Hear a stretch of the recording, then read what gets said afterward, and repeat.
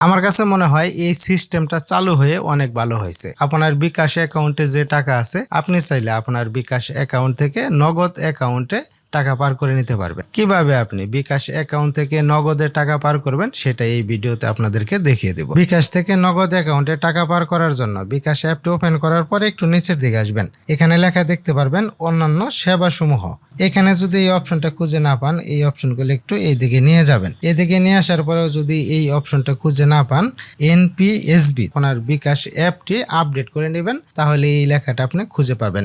এমপিএসবি এখানে একটি ক্লিক করবেন। তারপরে এখানে দেখেন ব্যাংকেও আপনি কিন্তু টাকা পার করতে পারবেন আপনার বিকাশ অ্যাকাউন্ট থেকে। ব্যাংক অ্যাকাউন্ট এখানে যদি ক্লিক করেন, তারপরে এখানে যদি ক্লিক করেন কোন কোন ব্যাংকে আপনার বিকাশ অ্যাকাউন্ট থেকে টাকা পার করতে পারবেন সেই ব্যাংকগুলো এখানে দেখাচ্ছে। এখান থেকে ব্যাকে আসলাম, আমরা বিকাশ থেকে নগদে টাকা পার করব। তার জন্য কি করতে হবে, এমএফএস অ্যাকাউন্ট এখানে ক্লিক করতে হবে। তারপরে এখানে যোগ করতে হবে নাম্বার, যোগ এখানে ক্লিক করতে হবে। এখানে আপনি বিকাশ থেকে ট্যাপ, রকেট এবং নগদে টাকা পার করতে পারবেন। বিকাশ থেকে আপনি কিভাবে রকেটে টাকা পার করবেন এই বিষয়েও আমার চ্যানেলে ভিডিও আছে। এই ভিডিওটা শেষে সেই ভিডিওটা আসবে, আপনি চাইলে দেখে নিতে পারেন। এখন আমরা বিকাশ থেকে নগদে টাকা পার করব। যেহেতু নগদে টাকা পার করব তার জন্য এখানে নগদ এখানে ক্লিক করতে হবে।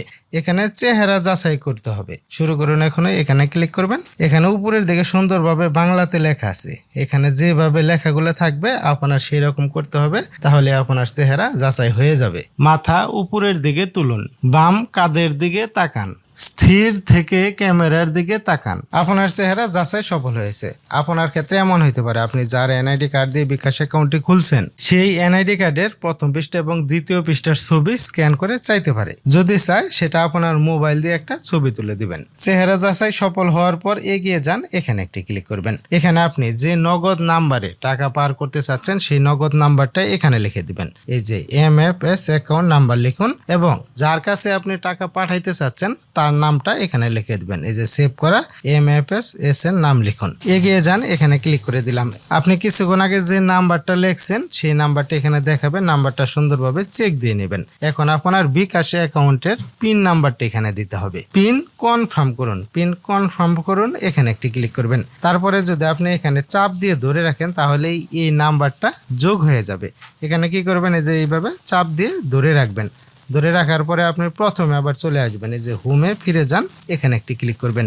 এখন আবার আপনি এখানে চলে আসবেন, এসএনপিএসবি এখানে আবার ক্লিক করবেন। কিছুক্ষণ আগে আমরা কিন্তু নাম্বারটা যোগ করলাম। প্রতিটা ক্ষেত্রে মানে নতুন নতুন নাম্বারে যদি আপনি টাকা পার করতে চান নতুন নতুন নাম্বারে এইভাবে যোগ করতে হবে। আর একটা নাম্বার এইভাবে যোগ করার পরে আপনি পরে আর এই নাম্বার যোগ করতে হবে না, এমনিতেই টাকা পাঠাইতে পারবেন। তারপরে এমএফএস অ্যাকাউন্ট এখানে একটি ক্লিক করবেন। দেখেন যে নাম্বারটা আমরা যোগ করলাম ওই নাম্বারটা এখানে দেখাচ্ছে, এই নাম্বারের উপরে ক্লিক করবেন। এখন কত টাকা পাঠাইতে চাচ্ছেন সেই টাকার অঙ্কটা এখানে দিয়ে দিবেন। আমি 300 টাকা এটা দিয়ে দিলাম। তারপরে এগিয়ে যান, এখানে ক্লিক করবেন। এখন আপনি এখানে এইভাবে চাপ দিয়ে ধরে রাখবেন। চাপ দিয়ে ধরে রাখলাম, দেখেন এখন কিন্তু বিকাশ অ্যাকাউন্ট থেকে নগদ অ্যাকাউন্টে টাকা পার হয়ে গেছে। এভাবে আপনি খুব সহজেই বিকাশ অ্যাকাউন্ট থেকে নগদ অ্যাকাউন্টে টাকা পার করে নিতে পারেন। দেখা হবে অন্য নতুন কোনো এক ভিডিওতে। আজকের মতো এখানে বিদায়, আল্লাহ হাফিজ।